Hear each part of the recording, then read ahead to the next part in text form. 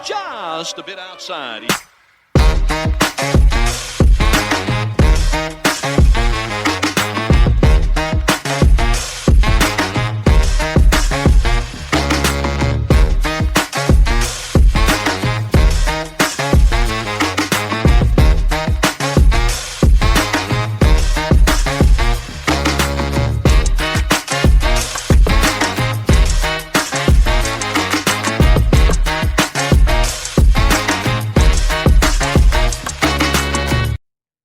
And welcome to another episode of Just a Bit Outside. I'm your host, Steve Ely. Along with me, always, my co-host, Mr. Wes Cook. Final Four weekend. It is Final Four weekend. Get kicked off tonight. I'm excited.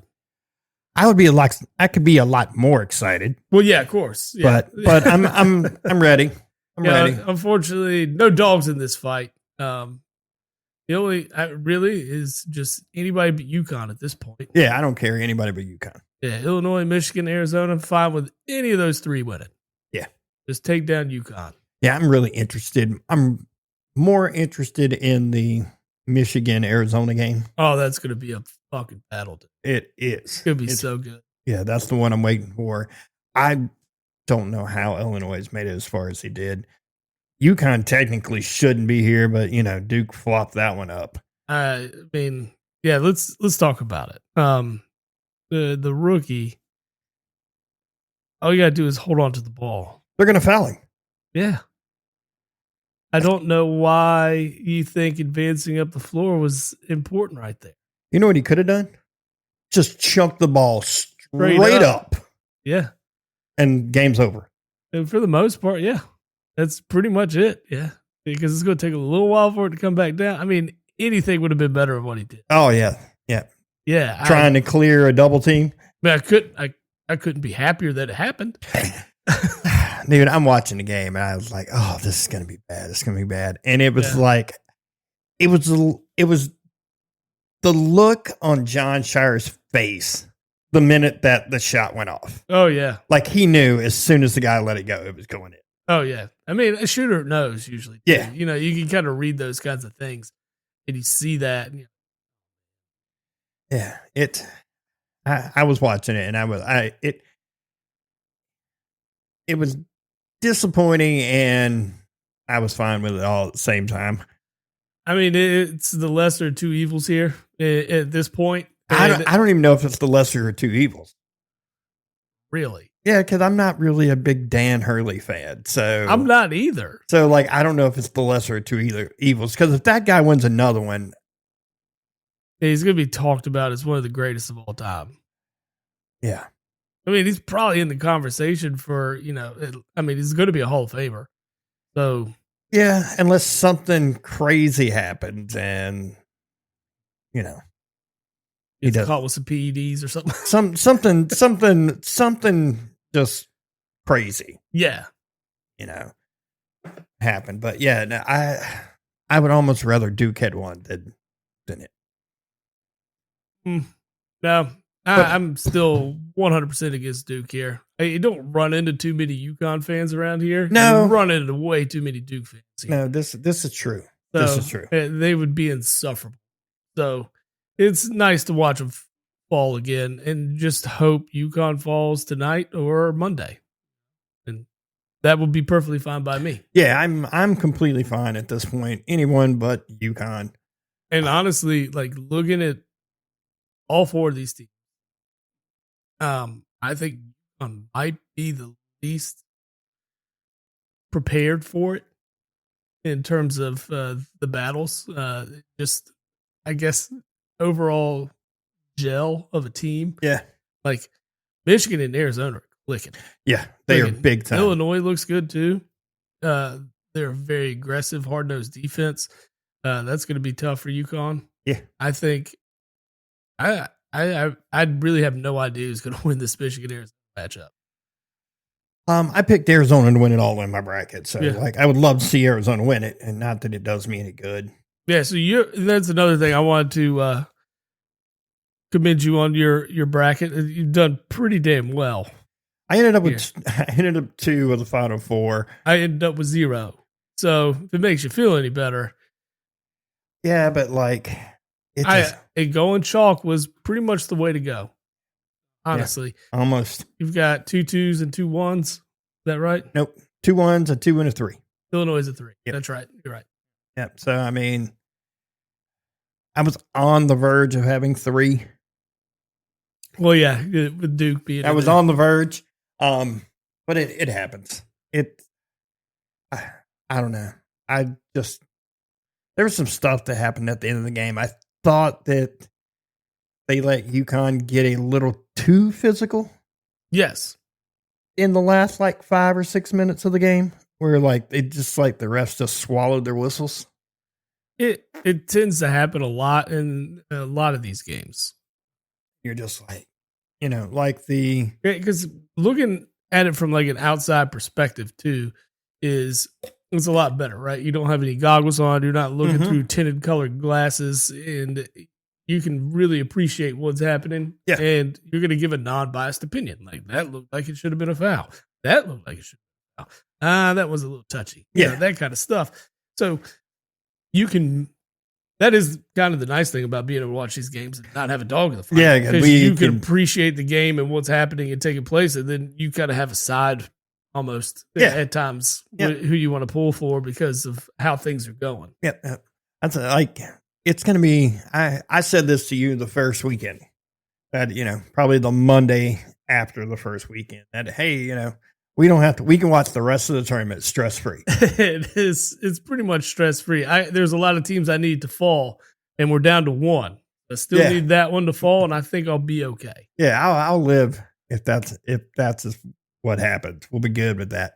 But it was just right now I'd be if Carolina was still in it, be biting my nails. And yeah, absolutely. Kentucky hasn't been there since 2015, so it's been a while for us, and that hurts. We'll get back. But I do remember those weekends fondly. The number of Final Four. Yeah. With those Calipari teams. So they're super exciting when your team's in it. I mean, it's just something you can't explain. It's just the anxiety, the excitement, every bit of it going into that weekend. It's we just gotta make it through the weekend. Yeah, it's a good feeling. It's a great feeling. And then but when you get bounced in the first round, you're just watching it, because I was watching it for Carolina for me, as you were with the Kentucky, and just watching it collapse. And I'm just timeout. That's all you got. Stop the momentum. Timeout. 12-0 run, boom, 17-point lead, 19-point lead, cut to 6. Yeah, once they start chopping away at that lead, it really hurts because you see it just unwinding. Yeah. And what are we doing? Why aren't we, we're not making adjustments. We're continuing to do the same thing that we did early in the game, but they've made adjustments. Now we haven't made adjustments. Their adjustments, and now we're in. It happened to Duke. Problem. It happened to absolutely. Duke. They were what 17, 19 also at one point? They were up big. And just looking like they were going to run away with the thing. Yeah. Just. Which makes me really worry about UConn, because, congrats on coming back and everything. Good job. I still hope you lose tonight. Absolutely. But, it's just painful. I was talking to my brother that day, and he's like, "Are you calling me to talk to me about the game?" I'm like, why? And he's like, "Because I'm not watching it." I'm like, "Are you recording it?" He's like, "No, I'm just not watching it." He's why not? His excuse was, "My life is a whole lot better when I don't pay attention to games. Because if I pay attention, I get frustrated, aggravated. I'm throwing things around my house, and I don't want to be that guy." And I'm like, that's on you. You got to calm your nerves and know that, hey, this is just a game too. It's just the game at the end of the day. Does it hurt? Yeah. When any of my teams lose, especially in the postseason, it's kind of miserable, and I'm not going to break any of my own stuff over it. No, he doesn't break anything, but he definitely he gets ate up. I just usually get really pissed off. a regular season loss or anything like that, I could generally swallow pretty well and not be totally affected and let it ruin my day. Yeah. I can kind of overcome those, but postseason losses hurt. Those suck. When your year's over, it's tough for me. Like Especially knowing the year's over, especially when you have a talented team, a team that's good enough to be in the final or at least chase a final. Yeah. And when your team loses in the postseason, then you know that's a lost season. Yeah. We had so much talent, so much potential, and then you feel like you just threw it all away. Like this build up for the entire year, and now it's wait till next. Well, the thing that gets me too when you lose like that is in today's game, you're like, once the season's over, you're like, I don't know who's coming back. I don't know who's staying. I don't know who's going. Right. There's no stability in the rosters anymore. No. And that is kind of funny that we say that because Donald Trump signed an executive order. And a lot of people are going to ask, what does that mean? Does that have anything to do? How does that have anything to do with the NCAA? They're not a federally entity. Yeah. All right. So what Donald Trump has essentially signed is an executive order that says you can only play up to 5 years in a 5-year span. I like it. You can only transfer once. I like it. Before graduation without having to sit out a year. I like it. Here's the thing. All these schools can ignore this executive order. That's perfectly fine. But guess what most of these schools are? Federally funded schools. And guess where your funds are if you don't go by the executive order? Yeah. Did you see, I sent you a video about it there. The NCAA is supposed to be voting sometime soon too on rules where we're getting these guys transferring outside the portal window where they're essentially withdrawing and then re-enrolling at schools outside the window. NCAA is voting to pass a rule that if you do that, the player has to take a 6-game suspension. Fair. The team loses 20% of their rev share. Oh, wow.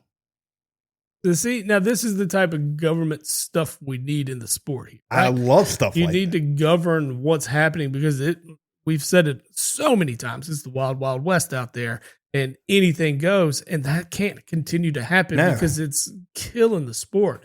And we've talked about how much, it hurts us and just how we don't have the passion we used to for the sport because everybody's gone. Yeah, you don't see, you're not going to see that team. Even in the pros, these guys are signing 3, 4, 5-year commitments. Yep. Here, you get them for 8 months out of the year, and then they're gone. Boom, I'm to the next place. We talked about the one guy that's been to 4 different schools in football. Yeah. It's ridiculous. It doesn't make any sense. What I like about that rule, if it gets voted in, is, it punishes the school. It punishes the student. It also gives the university outs.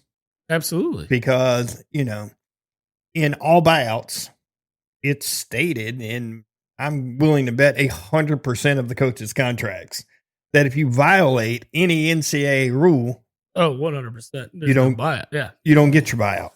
Absolutely. Which, having a kid do that, taking a kid that does that. Let's see which schools that really, really, really. I mean, there's going to be some upper echelon schools. They don't care. They got more money than they know what to do with. Texas Tech, schools like that. Yeah. But the stuff's not sustainable at this point. The sport's not going to survive long. And then all this NLI money's not going to be there because people are going to lose interest when it happens. Yeah. I mean, I'm not going to stop watching the college product just because. Of course not. I enjoy college basketball. I enjoy college football. Do I have the love and the passion that I used to have for it? Probably not as much. Yeah. Because it's, like we've said on here, I don't know, 1,000 times. It's not name, image, likeness. It's pay to play. Yes. Is what it is.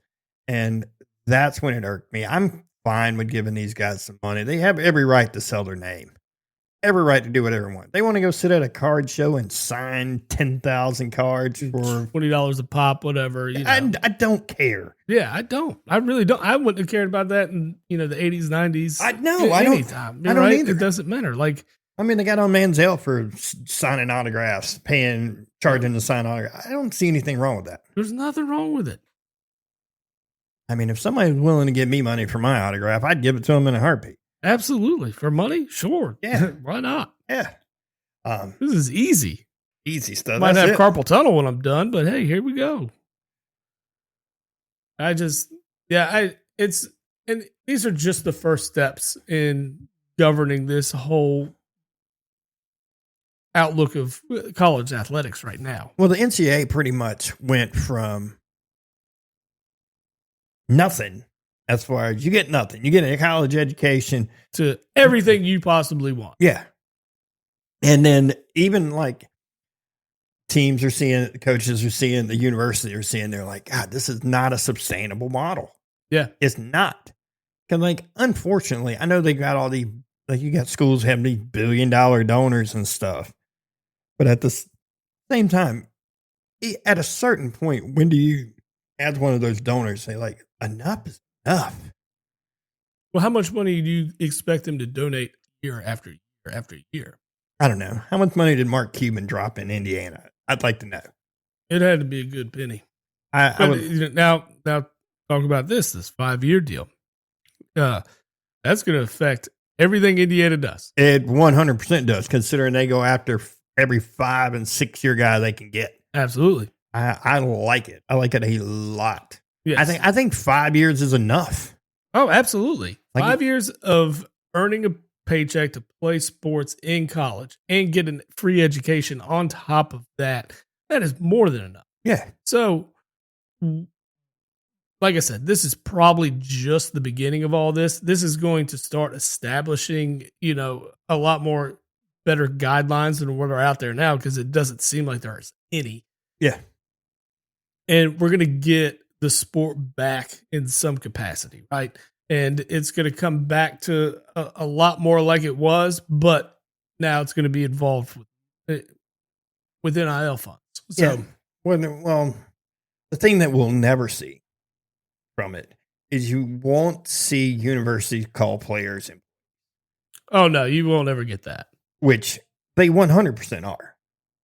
Oh, they're earning the schools millions of dollars. I have zero doubt that, and this is a high side guess or a low side guess, I guarantee you 50% of these guys aren't even going to class. Oh, definitely no. No. Like, no. I don't believe they're going to class. I don't believe they're there. I don't even believe they're getting the education. Yeah, where are the academic standards now? Are they still in place? Like, are you still having to pass courses and things like that when you're transferring in and out every year? Right. Like, how are these courses, transferring to other schools? Because when you transfer between schools, a lot of courses don't correlate with the curriculum of another, university. So they'll be like, you took 14 courses, and we can only transfer 10 of the credits. Yep. Like, okay, now you're behind schedule again. But implementing, a one-time transfer, go back to the old rule. I mean, you can transfer one time and not sit out a year. I like that. I'm fine. I'm even fine with if you transfer anytime after that, you're sitting out a year, and no one's going to do that because no one's going to pay you to go sit for a year. Yeah. I'm even okay that if a coach gets fired or leaves, that's fair. That you get that transfer too. Because there's a lot of times kids go to school because they want to play for that.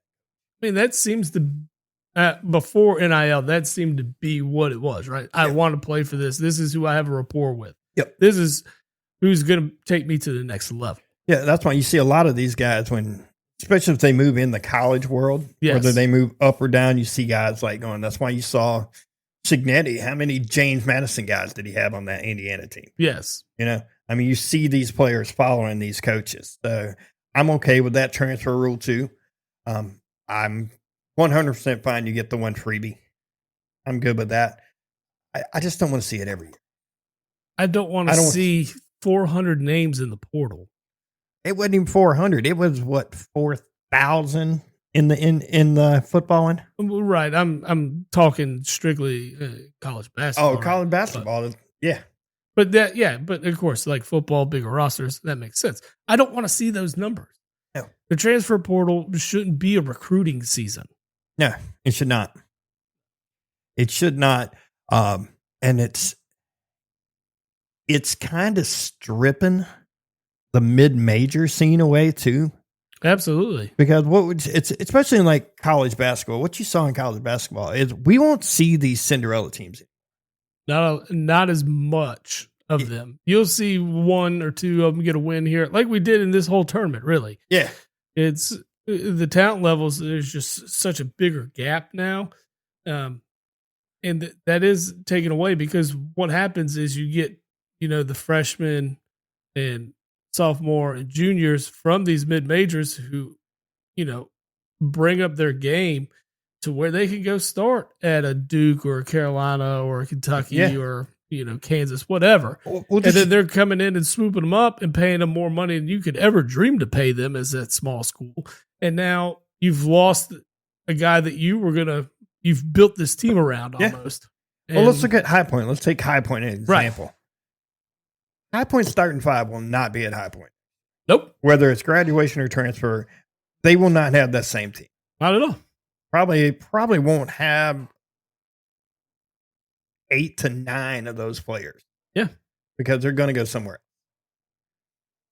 Which, I don't want to fault people for getting the bag as much as I really want to. Yeah. I mean, I get it, right? Like the opportunity's there and someone's going to pay me $2 million to play college sports. Like, yeah. But the thing is with these young guys, it's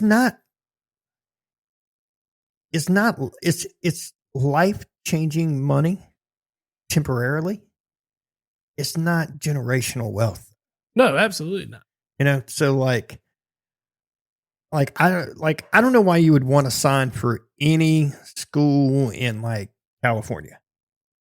No. With their taxes and stuff. Yeah, the bracket is ridiculous. Yeah, like, oh man, I'm getting a $2 million NIL deal in California. No, man, you're getting like $700,000 by the time you're done. Yeah, because they're going to rape you. Yeah. I have seen NIL stuff that includes like no taxes and stuff. And I'm just like, what?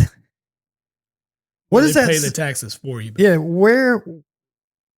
if I'm a citizen of that state, just a normal citizen, I'm just like, no, especially at a state-funded school. I'm like, no, that's my tax dollars right there. Yeah, absolutely. They're right there. My tax dollars are paying for this kid to come here. And now what? And now he doesn't even have to pay taxes on it? Someone pays taxes. Oh, it'll be more funds out of taxpayers' dollars, right, to cover that. Mm-hmm. I mean, exactly. So it's, that $2 million deal is now roughly 3.3 because we got to pay the taxes on the $2 million. Yeah. I just don't. It just bothers me. The whole thing bothers me. The whole shenanigan bothers me. That's what I'm hoping. This first step, Donald Trump, signing this executive order. Hopefully that forces the NCAA's hand to start, really coming up with guidelines. Yeah. And policing all of it to where it makes sense for everybody and the game in general. The next thing that they need to get the guidelines down. And then the next thing after that, they need to, and honestly, they probably could have done it this year. They need to like the first sign of like tampering. Yes. Like the whole stuff with Ole Miss and like the Clemson, and apparently Ole Miss was doing it to other schools too. Wouldn't surprise me. Where, they've got guys already enrolled in class, move to those towns and they're like, oh, we'll double your NIL. But dude, they need to smash that like immediately. Oh, 100%. And I'm talking sledgehammer smash. I'm not saying, oh, slap on the wrist and be like, nope. That's going to be a 5-year playoff ban. 5-year playoff ban and some lost revenue. I mean, really hit them where it hurts, and that's the pockets, right? So if you go right for the money and you take them away from the playoff or take them away from March Madness, extra funds, more money. Yeah. You hit them with that and hit them with big fines or loss of revenue share. I mean, that's huge. Yeah. That's, that'll put a stop to it immediately. And it's they have to unfortunately, they're going to have to hammer somebody's going to get it.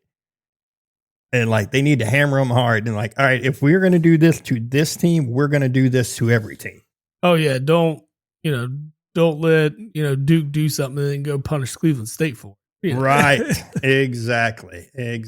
Don't let team A do something where team B gets caught doing the exact same thing and you hammer them. Exactly. You got to hammer everybody. Mm-hmm. Regardless of their blue blood and either sport, how much revenue they bring in, whatever, you hammer that team. Absolutely. And, I mean, you get back to really governing this sport. That's the whole point of what NCAA is. They're the governing body of collegiate sports. And what are they being paid for at this point? Why do they exist? They are just cash counting it, bro. Exactly. You wanted it, you take it. We're still going to make our billions of dollars off of it. But that's what I'm saying. It's something has to happen because there's no need for the NCAA if this is what we're going to continue. Well, I think at a certain point, even with this executive order and stuff, there might come to a point where you get teams saying, you know what, we don't need the NCAA. Let's just, the SEC's already said that, Oh yeah, they would branch off on their own. Yeah, they don't care. There would be a market. Of course. What I'm waiting for is when the NCAA just says, you know what, let's just develop this big giant super league. Mm-hmm. That'll have essentially, it'll be like conferences, but it'll be divisions. We'll make it regional. We'll throw the marquee matchups in. They could get away from it very easily. ESPN would have no problem writing this league a big old fat check. No, not at all. The House of Mouse is just as dirty as anybody else. 100%. So I just, they would do it. They would do it.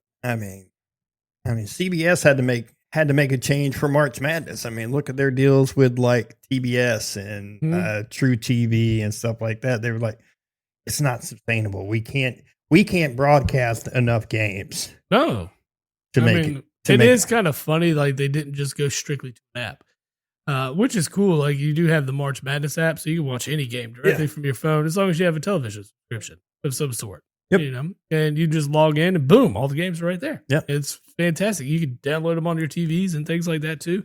That app allows you to get anything you want right then and there. You don't have to, have ABC or an antenna or anything else like that. Yep. It's a great idea. It's just funny someone hasn't taken that and just strictly broadcast it on that. I think that because you're going to lose the viewership of people with antennas, not, no internet access and things like that. So I do. Well, imagine them putting the Super Bowl on ESPN. Yes, I know. See, that's what you would be looking at in a situation like that. Yeah. But yeah, it's coming. I just need it to get right sooner than later. Agreed. Then I can actually enjoy my sporting life again. But man, yeah, I'm just super stoked for the game. I know we just went down our usual tangent. Of course. But I like But it's a big hot topic right now. I like it. And we've talked about this endlessly and everything, but we need to talk about what direction that we're hopefully going to see this. I need it to be better. Yeah. 100%. Yeah. Better. You know what would make you feel better is a good feel. Ooh, yes, it would. Yeah. Cannabis, Good Feels are a cannabis seltzer that you can get at getgoodfeels.com. They offer a new era of refreshment crafted with high quality natural ingredients. These beverages provide a consistent, enjoyable, uplifting experience perfect for any occasion. And you can save. Use a Jabbo the Pod at checkout in that discount promo box. Like it, sir. I Yep. like it. I guess we'll dive in a little bit into like the women's Final Four.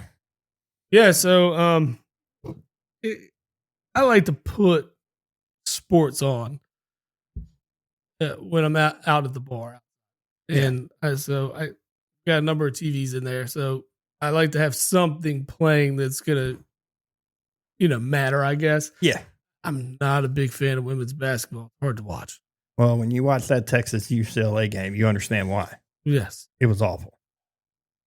but what was good was South Carolina and UConn. And really, like, if you could have just had that game as your national championship, I think everybody would have been happy with kind of the result of it, because South Carolina just kind of took control. After getting mollywopped last year, they got their get back last night. Yeah. Yeah.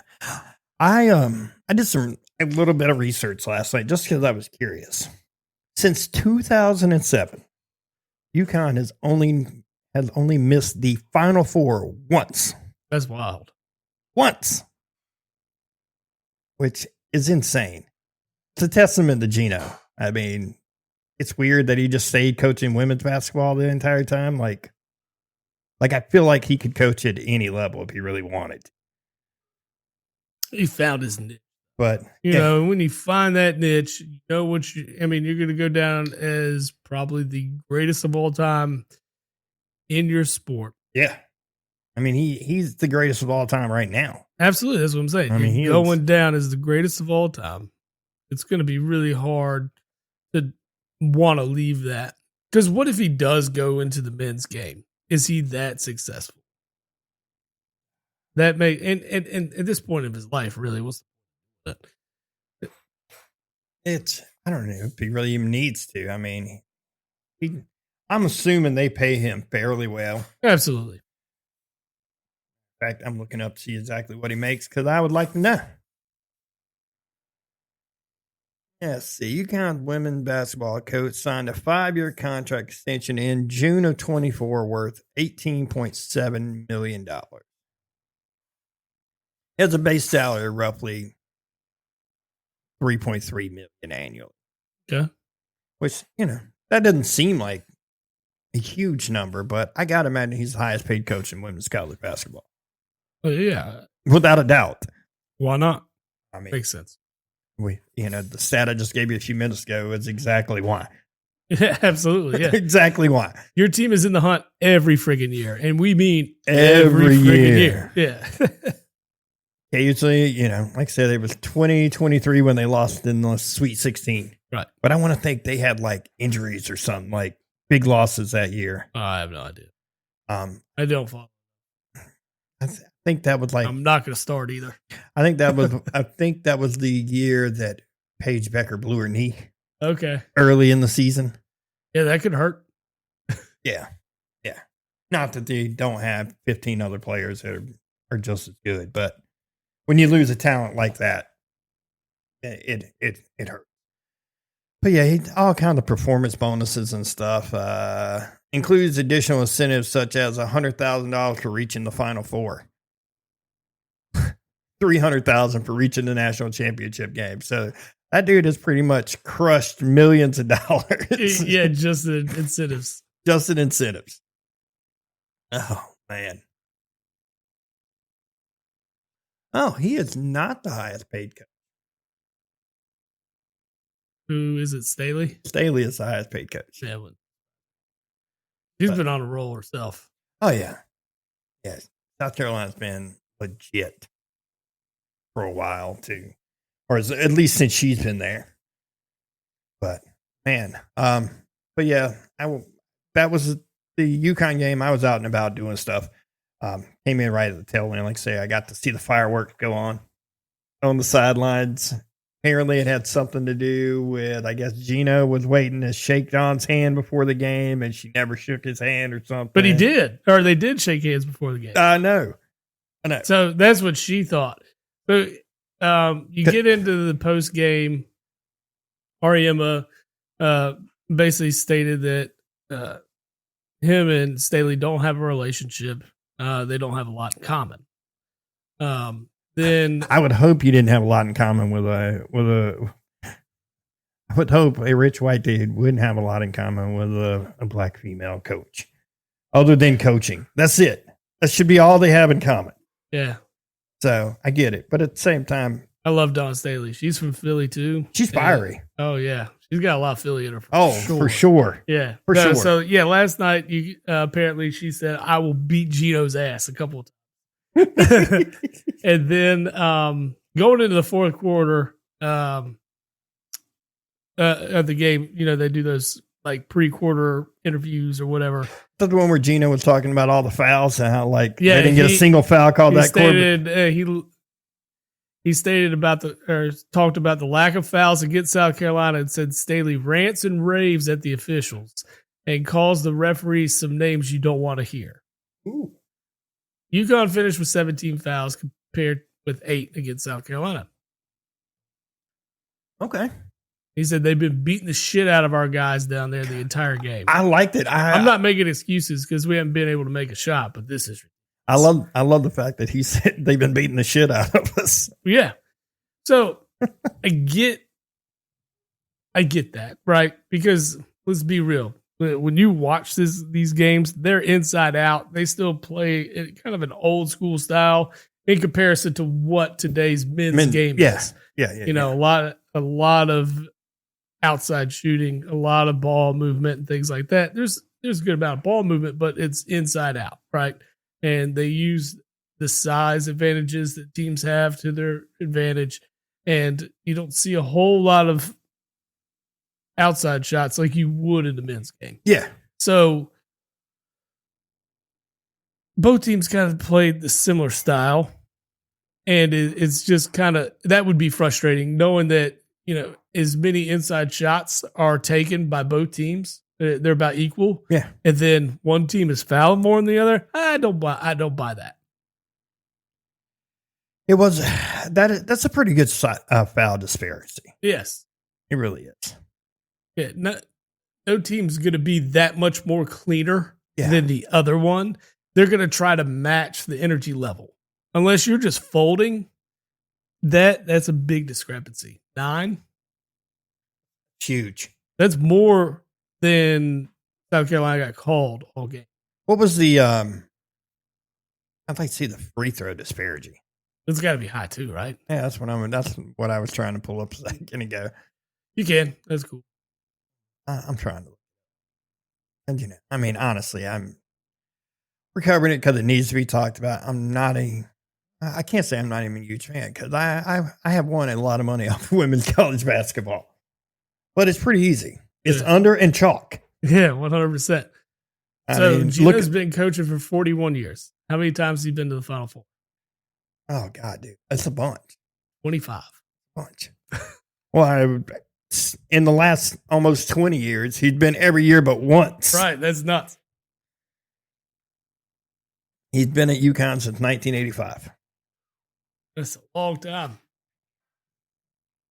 Built a program. Did.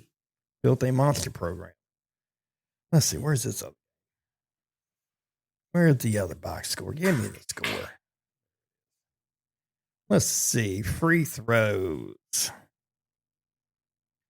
22-6. I could see where he'd have a little bit of a complaint. Considering South Carolina was 18 of their 22. Mm-hmm. That's the difference in the game. It's huge, yeah. The free throws can make a huge difference. Neither team shot really well either. 38% for South Carolina, 31% for UConn. So, Gino even said they couldn't buy a basket, so that's true. Man, that's a lot of the fouls. That's a lot, dude. It's a big discrepancy. Big. All right, this is the most time we've ever spent on. Yeah, let's get off of these guys. Yeah, so let's get to the bread and butter. Because I NFL? didn't know this, but I just read it. Puka Nacua is in rehab. Yeah, I saw that yesterday. Huh. Kind of what happens when you bite a chick and start slinging anti-Semitic stuff.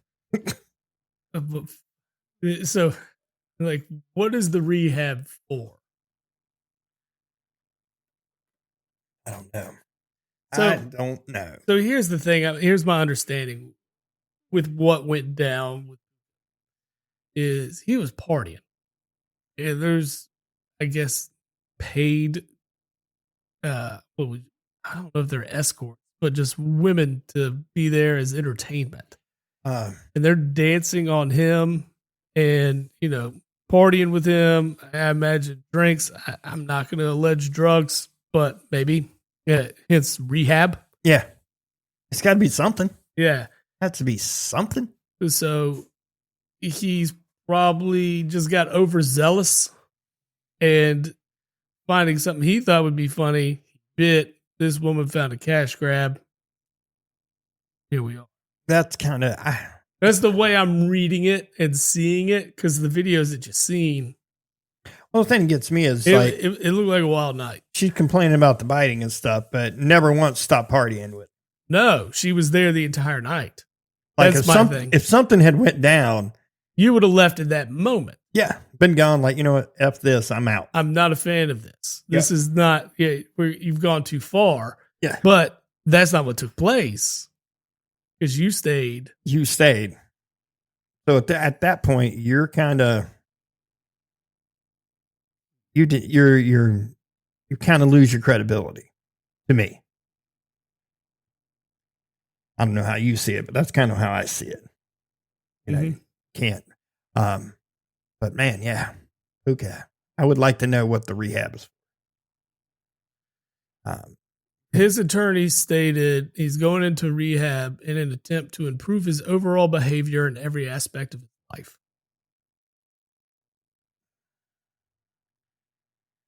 Probably one of those self-help rehabs where it's like, look, you're just going to go here. They're going to give you some type of like life skill training, if you get what I'm saying. Yeah. And then it just looks like, hey, I'm trying to do better by myself. I mean, these are publicity stunts at this point. Yeah. Yeah, exactly. Right? Like, exactly. It's like, hey, he's bettering himself. This isn't going to happen again. We got to take it. You know who needs that help? Rasheed Rice. How that dude got... Apparently doesn't need any help. He's doing just fine. Oh, dude. I don't get that. No punishment. No punishment for the domestic assault. Just barely a punishment for causing an accident that actually killed somebody. Exactly. Man, not a fan of that guy at all. No. He drives like he went to Georgia. Lord. Sorry, I couldn't help but dig that one. No, that's fair. That or Tiger Woods. Ooh. Dude flipped his car. They were talking about, we were at dinner last night and they were talking about traffic somewhere coming through and they had rolled right by like a car that was all turned over. Like, what, Tiger driving? And it started dying laughing about it. But, oh man, yeah, Tiger caught it this week pretty good too. Mm-hmm.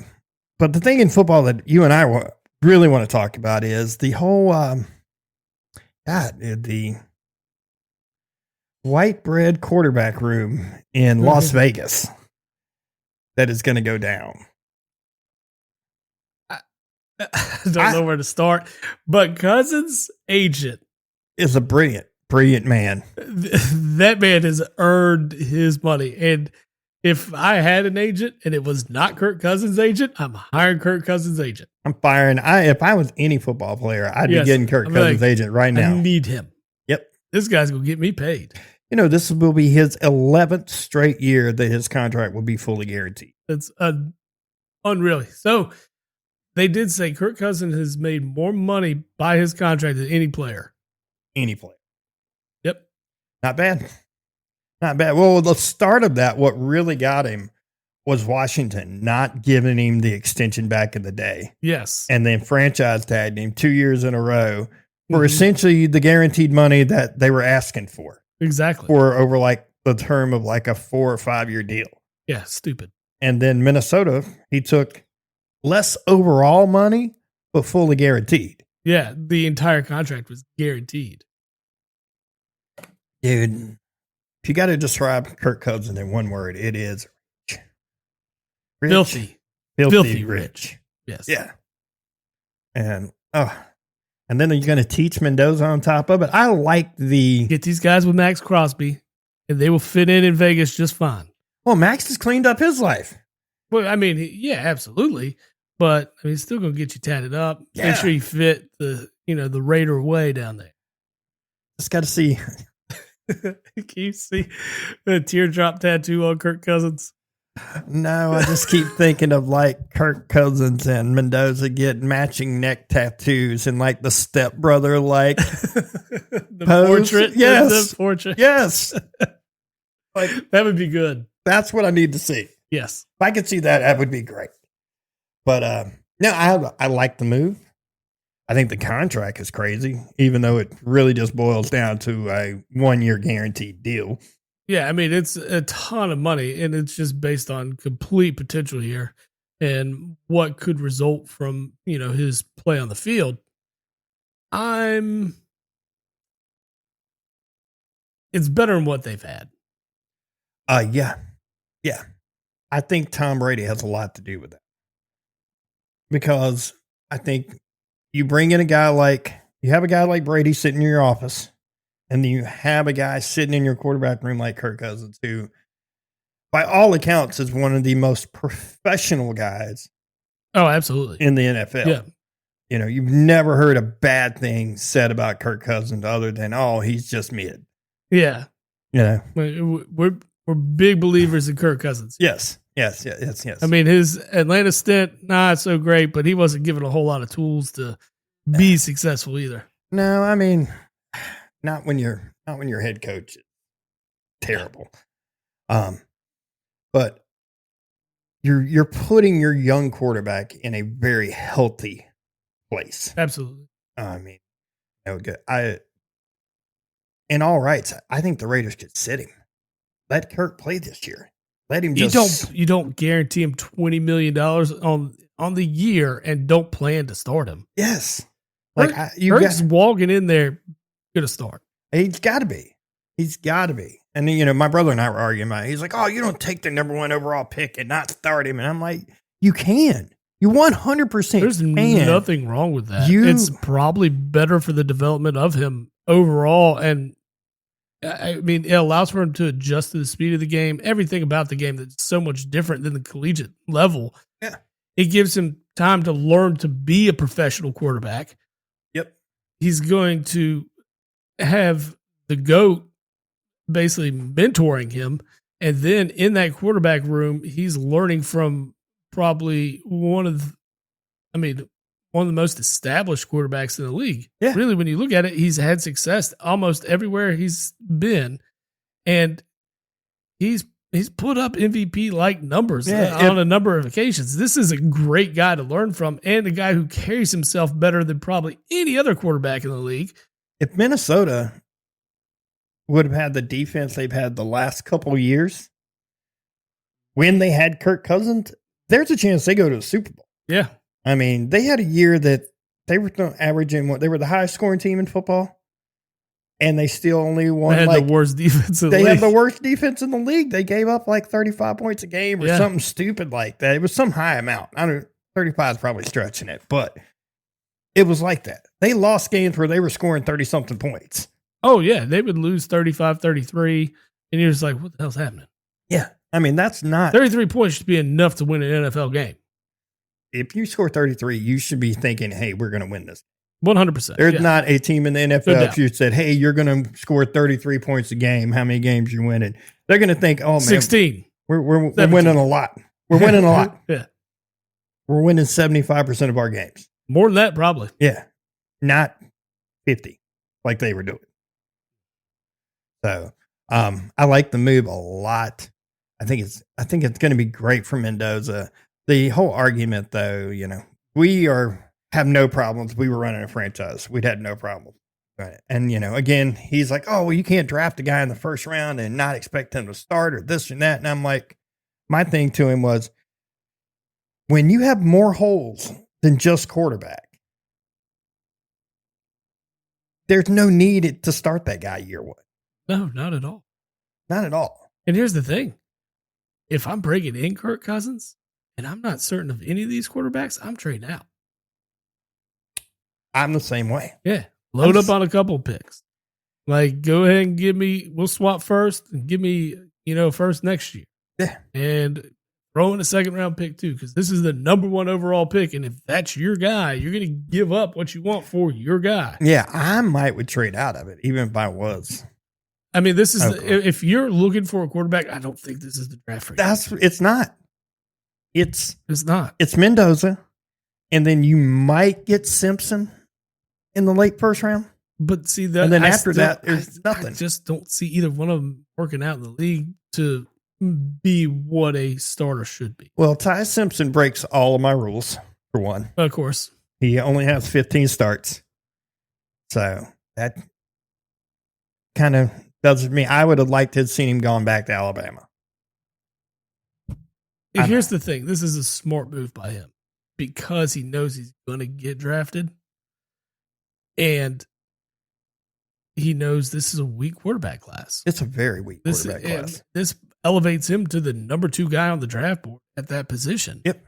So this is a smart move because he's getting in while the iron's going to be hotter probably than ever will be, unless he just came out and blew it out of the water in Alabama next year. Yeah. But now you get the opportunity to be drafted in the first round based solely on nobody else is that much better. No, and I'm sitting there, again, talking to my brother about this. And he's like, the whole argument, I'm like, hey, you don't have to. I mean, it's been proven that you can draft a guy and sit him. Mm-hmm. My team does it very well. But at the same time, it's really easy when you've got a Hall of Famer that's sitting there and you draft a guy. The problem is a lot of these teams wait till it's too late to get a quarterback.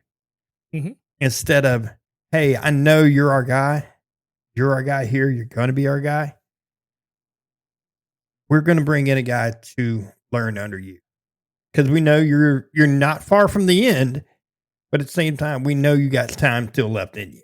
Yeah, there's still something in the tank. We want you to go out here and just mentor a little bit. Turn this Accord into a Ferrari for us and bring this guy up to get the keys for it. Yep. Yeah. I mean, I don't know, I don't know the exact relationship, but I heard the Aaron Rodgers, Brett Favre stuff was kind of weird. But I mean, Brett Favre felt like he had so much left, which he obviously did. Yep. But they didn't want to. They were done with the in and out yes. game. And I agree with that. Just kind of like they did the same thing with Aaron Rodgers. It was, we're going to move on. Yes. If you want to go elsewhere, you're more than welcome. We appreciate everything you've done, but it's kind of weird that, the original was, I don't want to be anything. I don't want to do the franchise, anything like Brett Favre did it. And then he turned around and did the exact same thing. I don't know if I'm coming back. I don't know if I'm coming back. It's a little bit. Well, no, it was all, I just don't want to do these off-season workouts and this and that. Where if he'd have just came out and said, hey, I don't want to attend all these. I'm not going to do the OTAs. I'm not doing this. I'm not doing that. I'll be here day one of training camp. But that's other than perfectly that, fine too, right? Because you've established yourself. You've earned the right to sit out those. Yes. They're called optional for a reason. Yes. I don't want to be here for them. Okay, you don't have to, man. You've been here for 10 years. We respect you. We know what you are to this team. Yeah. You're invaluable. We got it. It's fine. You don't want to be here at OTAs? We're not going to hold that against you. Nope.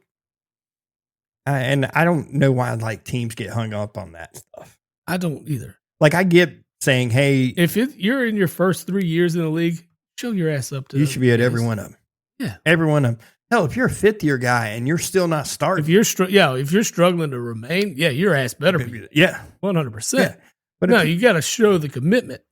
But at the same time, if you're a future Hall of Fame quarterback, they don't care. You know how many OTAs Tom Brady went to at the end towards the end of his career? Probably none. That dude was vacationing with Giselle. Yeah, when he went to Tampa Bay, he wasn't in any OTAs. No. He even changed teams and still didn't go to OTA. I don't know. He might have went a little just to build a rapport. He was doing that in his backyard. I know. He was hanging out with Mike Evans, just tossing the ball around. Yeah. I still can't believe Mike Evans left. That was weird, especially considering the stuff coming out is that Tampa actually offered him more money to stay.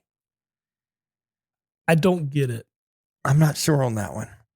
Unless he's straight up chasing the ring. That's got to be all it is. I mean, yeah. And maybe he just doesn't think that Tampa can get there. I don't know, man. Without the injuries this year, they had a hot start. And just couldn't get back on the tracks once they started to get healthy. Once the wheels fell off. Yeah, no one put them back on. There's no pit stop on that one. No. And I don't know. It's just weird. It was just a weird move for me. Like it's you're going to give a guy like, and no offense to Mike Evans, but you're giving a guy who's that old at this point that kind of money. But I mean, look what the Chiefs turned around and did. Yeah, I mean, but it doesn't make a whole lot of sense to me because Mike Evans going to San Francisco, and you got a guy like Ayuk you could pay. They did pay him. Well, I mean, but like pay him what he wants and bring him back into the fold, and now they don't even seem like they're going to move off of him. They're not going to cut him. They want to trade him. And my thing is like this guy sat out an entire year, not in football shape. No. What are you going to get for him? You're not going to get anything. Just cut the guy. What you might get a late rounder. Okay. I mean, I wouldn't give up more than a 6 for that guy right now. Yeah, but with the problem is his number is still pretty good. What, yeah. 30 mil? Oh no, it's a high. You're taking on a big contract. Contract. How you're gonna have to move off of him is you're gonna have to eat you're gonna have to eat the majority of that contract, right, to get somebody to take him off your hands. But maybe that's where you say, "Hey, look, we'll pay the deal this year. We'll pay 90% this year, but you got the rest after that." Yeah, I mean, who knows? It's just a younger guy too. Like I don't know. I'm starting to think that guy typical wide receiver-esque diva, maybe typical. Oh Lord, I don't get it. Don't get it, my man. No, not at all. Yeah, so with everybody on the move, probably needs some new merch anyway. Yeah. And no better place to go than oldglory.com. Old Glory offers over 300,000 items for music, sports, entertainment, and pop culture fans, featuring officially licensed merch from iconic bands and top sports teams. You can discover your perfect fan gear, and you can save using Jabbo the Pod at checkout. Whoa. See the Trayvon Walker deal? Yeah. 4 years, 110 mil. The deal includes $77 million guaranteed. Nice. $50 million fully guaranteed at signing. That's a check to write right there. Boom. 50 mil right into the account. Right into the account. Whew. Yeah. Unlike Ohtani. Nope. Ohtani does not get that. Lord. Let's see. He is the 12th highest paid edge rusher now. He's just behind Hendricks, Brian Burns, and Josh Hines Allen. So, man, crazy money going around the NFL. But the cap's what, 300 million now? 302, something like that. Crazy. Maybe a little higher than that. I think it's like between 300 and 310, somewhere in that line, which is just insane because the salary cap's going to continue to move up. Oh, Doc Rivers is a Hall of Famer.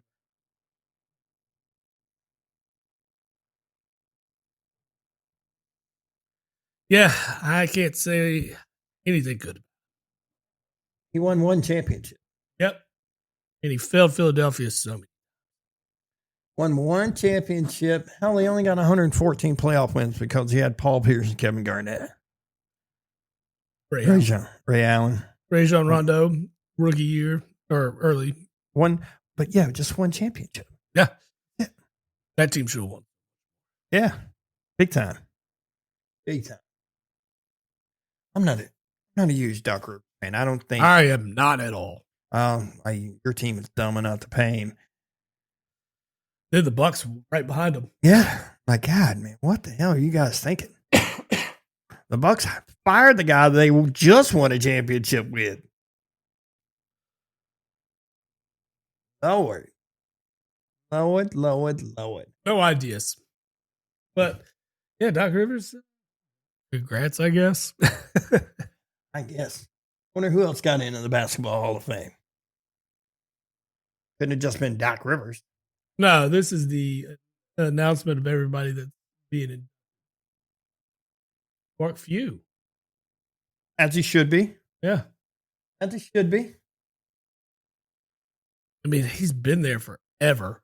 Oh, God, since early 90s? Mm-hmm. Early 90s? I'm a Few fan. Yes, 21 conference tournament. If he could just win a chip, that's the only thing he's missing. Yeah. That is it. The only thing missing from the resume. And he's got 2 losses in the game, so not like he hadn't made it. Yeah, he's been on the cusp. He's been there 27 years. That's insane. Insane.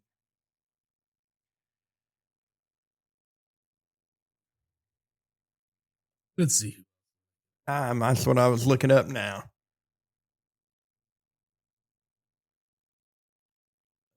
Come on. Get out of here. They want your ad. Class was it that had one of the classes was insane. It was the 2020 class. That was headlined by Kobe, Tim Duncan, and Kevin Garnett. That is insane. Yeah. Let's see. Last year was Carmelo, Dwight Howard, Sue Bird, Maya Moore. I don't even think Dwight Howard. A referee? I don't even think Dwight Howard was that good. Yeah, he was just. To be honest. Billy Donovan got in. Mm-hmm. Okay with Donovan getting in. Yeah, they don't have the class of 26 on. No, not yet. That's what. Because they're announcing. Yeah. 24. Chauncey Billups. Ooh. That's a rough one now. Chauncey Billups, big Vince Carter.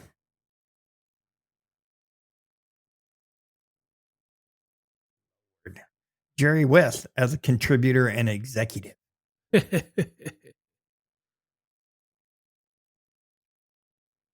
16 was. Dude, in 23, they inducted the entire 1976 U.S. Women's Olympic team. The entire team. The entire. Jim Valvano was in 23. Not that long. Huh? Yeah. Pop, Tony Parker, Dirk, all in that class too. That was all. Yeah. Yeah. Mono was the year before, along with Tim Hardaway and George Karl. Bobby Chuggins. Bobby Chuggins. I like Bob Huggins, man. He just needs to slow it down. Is he still at West Virginia? No. Where's he at now? Is he done? Is he coaching anywhere? Well, he got those racial slurs caught on tape. I think that's what it was. Yeah, that's a rough. You don't come back. How does Ben Wallace get inducted to the Hall of Fame? I mean, he was. We talked about him. He's like Dennis Rodman 2.0. But for like 5 years. Yeah. Let anybody in the Basketball Hall of Fame, apparently. Apparently. It is straight up the Hall of Good.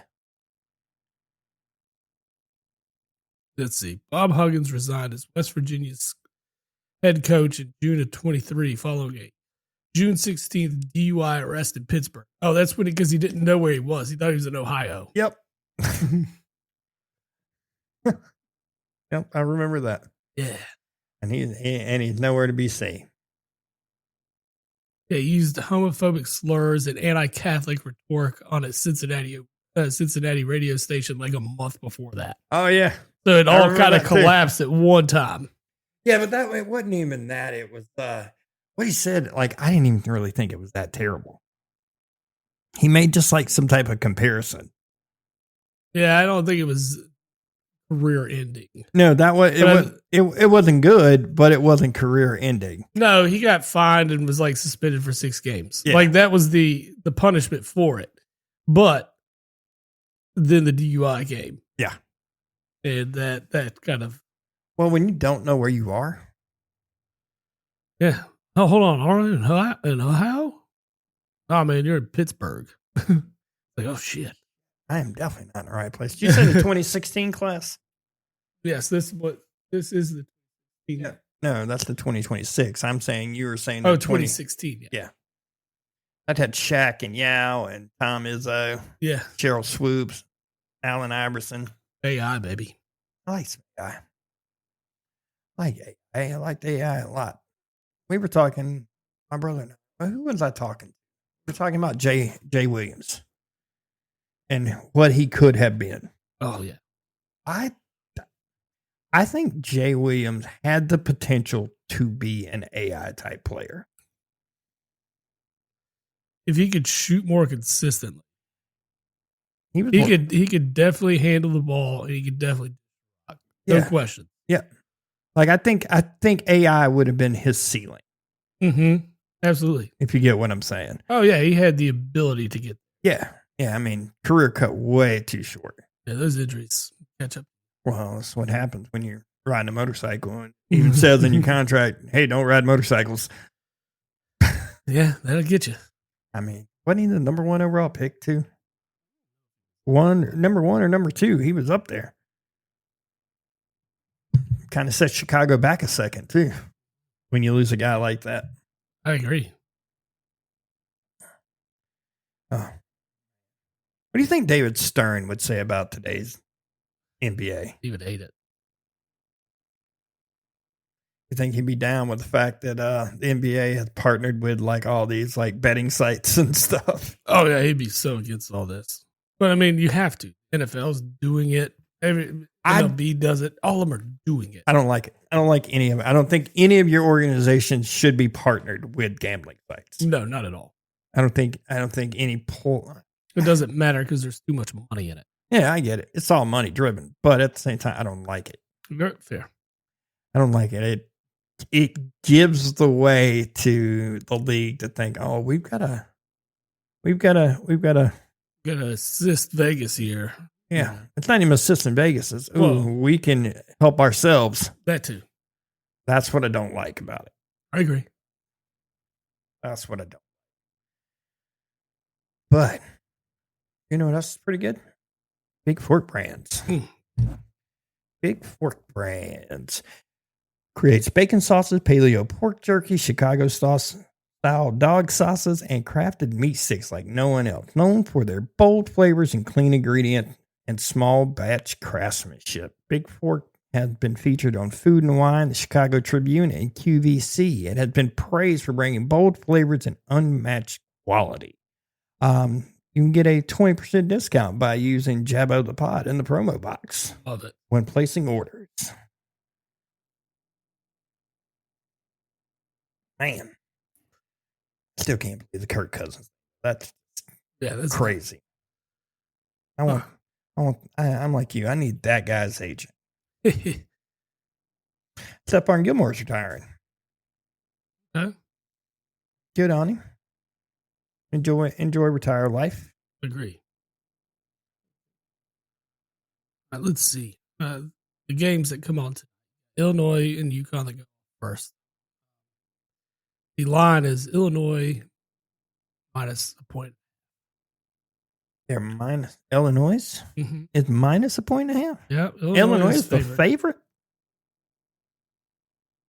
I'm not buying that. You'll take UConn? As sad as it sounds, I would take UConn at a 1.5 all day long. How is the lower seed the favorite? I think it's just the way the team has played throughout, and you saw UConn get down by so many points. Yeah. And, I mean, now, props to them for being able to fight back and win that game. But if you go based on the results you've seen in these last 4 games for each team, Illinois probably looks like the better team at this point. Yeah. Doesn't necessarily mean they are, but Illinois, props to them, and they are a 1.5 favorite. I don't know if I want to bet this. I don't. My heart is telling me Illinois. My heart wants Illinois to win all day long. Yeah. My heart wants Illinois to win all day long. My head says this is just not a good bet. No. No, I'm not. Yeah. I'm not taking Illinois to cover. Yeah. And then Michigan, Arizona is the later game. Michigan is a 1.5 favorite. This one, I don't know if I want to touch either because both teams look so damn good. And I might would jump. I like the over in The both over. games. Yeah, because it's pretty low in the UConn, Illinois. Yeah. Yeah, I mean, that's 70 apiece. Mm-hmm. Get you the over, which I think that'll happen. Yeah, that one could end 75, 73, something like that, and you're cleared it. Michigan and Arizona both like to run and score. I did not know this till a couple weeks ago that Arizona shoots like the fewest 3-pointers out of all teams college basketball. They only average like 12 a game or something like that, which is crazy. It's completely different than the way the game has played out to be so far. Yes. It'll be interesting to see how that game goes. That is the must watch for me. I'm glad that's the later game. Yeah, definitely going to check it out and have it on. I'm going to try to make it through. I might pull that one off. Dude, what I don't understand is why does the NCAA have to be so ridiculous about their scheduling? Why is this, like, I understand the Final Four being on a Saturday. Why is the championship game Monday night? Same reason the Super Bowl's on a Sunday night. Well, they're working on fixing that. Yeah. The NFL's working on that. Yeah. They're trying to fix that. Trying to put it essentially the weekend, the Sunday before President's Day every year. I mean, that's smart. Put it somewhere where there's a day off or at least the potential for a day off. Yes. Instead of making me kill a vacation day. Or move that shit to Saturday and be done with it. Yeah. Why has it got to be on a Sunday? That's professional football day, baby. It's Sunday. Is it going to hurt to move it to a Saturday? No, not at all. I mean, is viewership going to hurt? No. You might actually get more viewership because you'll actually get people that will stay invested for the entire game. Yeah, some turn it off at halftime. And yeah. I mean, when halftime's at 10:30. I mean, they've tried to get better scheduling timing-wise. They've been earlier. Yeah, there's been some. Just like I don't understand. I would have liked today to be like a 3 and a 6 o'clock tip, right? That would have been nice. That'd been nice. But I understand why, because you want the West Coast viewership. You've got a West Coast team in this thing. Yeah. And you're not going to have a tip for a Final Four at noon on a Saturday. I feel like in my lifetime, though, I have seen Final Four games in the afternoons on Saturday. I feel like I have to. Like a 3-game, a 3:30. Yeah, I feel like I have seen that. Even 3:30 would be. Yeah. I mean, I'm glad it's not. I got yard work I got to do. That's what I'm saying. I've got 60 bags of mulch at home waiting on me. Ooh, yeah, we've already done the mulch, and now we got to repair a couple sprinkler heads. Ooh, that'll be fun. Yeah, that's never fun. Well, when the break in one of them, we don't know where it is, and we got to dig it up. Ooh. I'm just going to turn it on and see where it puddles. Ooh. Yeah, no, I don't like that stuff. No. I'm not. It'll be fun. No, yeah, we bought the mulch last weekend, and it's just been sitting there. It's time. Yeah. Well, I've had the kid all week, so it's been 100% whatever the kid wants to do. Like we went and seen movies this week. We've just done stuff. Oh, it was spring break for her? Yeah. Yeah. Yeah, I took her back to her mom this morning. Yeah, the girls have spring break next week. This week. Yeah. Started yesterday because they had Good Friday off as well, and that'll roll through next week. Yeah, see that it's been kid stuff. Like my mom's in town too. She ordered her a trampoline. Had to put that thing together. Oh, fun. Well, she ordered it Tuesday, and she was just hoping that it would get here before she had to leave. And then literally it got here Thursday afternoon. I slapped that thing. They went to one of Jen's friend's daughter's lacrosse game. Okay, and, nice. and I stayed and put it together. And like we get there, and we get home we went to lunch, stuff, and then the box is sitting there. And Taylor's like, "What is that? Looks like it's the size of a dead body. Did somebody order a dead body?" And I'm like, "What is wrong with you?" We ordered a dead body. Yes, exactly what we were trying to do. Like my kid is just, I don't know. I love her to death. She is way too smart sometimes. Just way too smart. I could fit a dead body in there. Yeah. Yep. No, you don't need dead bodies. Then I put that trampoline together. She came back and saw that. And she's like, "Oh my God." Ah. So she's jumping on a trampoline at 10:30 at night. I'm ready to go to bed. Ready to go to bed. Anyway, but yeah, no, I'm ready to watch these games. Like I said, I'll probably still be mulching for the 6:09 game. Maybe we'll be in the backyard by then. I can put it on the TV outside. Yeah, good luck, buddy. But the 9:00 game, I will be all in that one. Yeah. All into it. I'll make everybody in my house watch it. I don't care. Yeah, what you'll need is probably some beer from Harpoon. Ooh. All right. Our newest sponsorship is Harpoon Brewery. They have they're your ultimate destination for the finest apparel, glassware, and souvenirs. And you get it directly from the source. You can elevate your style with their exclusive collection of branded clothing, perfect for showcasing your love for craft beer. You can enjoy your favorite craft brews in their premium glassware designed to enhance every sip. You commemorate your brewery experience with unique souvenirs that capture the spirit of Harpoon. Their products are crafted with the same passion and quality as their beers, ensuring you receive nothing but the best. You can shop the Harpoon shop today and bring a piece of the brewery home with you.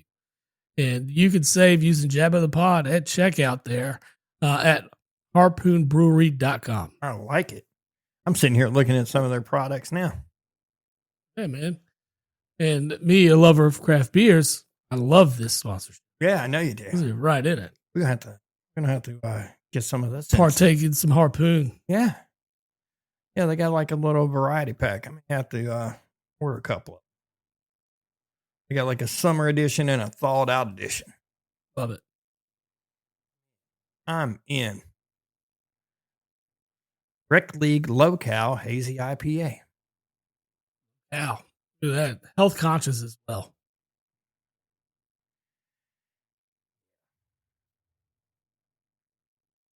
My IPA is a little more kick than that.